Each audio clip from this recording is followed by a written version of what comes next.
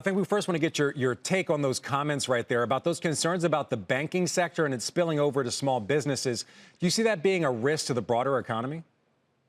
Well, that's definitely a risk and something, that we're trying to evaluate here in real time. I mean, I would say that the Fed and every other market participant is doing that as well. But, smaller companies are definitely more dependent on bank credit, for their operations as opposed to the markets. And so, I think kind of delineating between those two things is important, and we just don't know how things are going to evolve. And so this is something we're paying attention to on a day-by-day, week-by-week basis. Oh, yeah, we're certainly paying attention to it today. We have back-to-back banking hearings on Capitol Hill.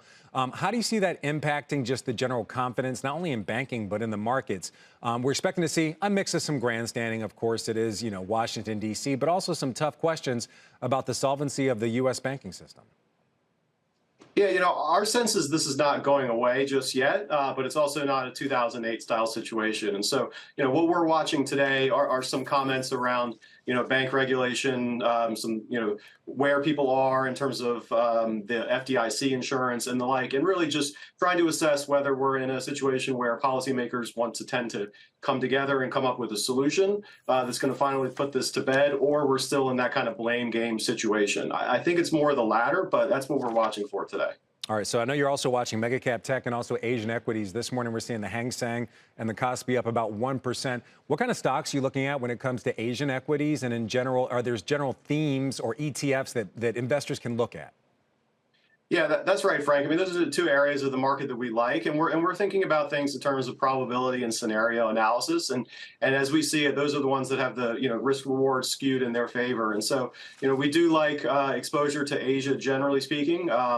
China, all of North Asia, really, and additionally Japan as well. I think there's a lot of reopening momentum, under positioning from years and years of those markets languishing, and just markets kind of underestimating the impact of that growth impulse coming through.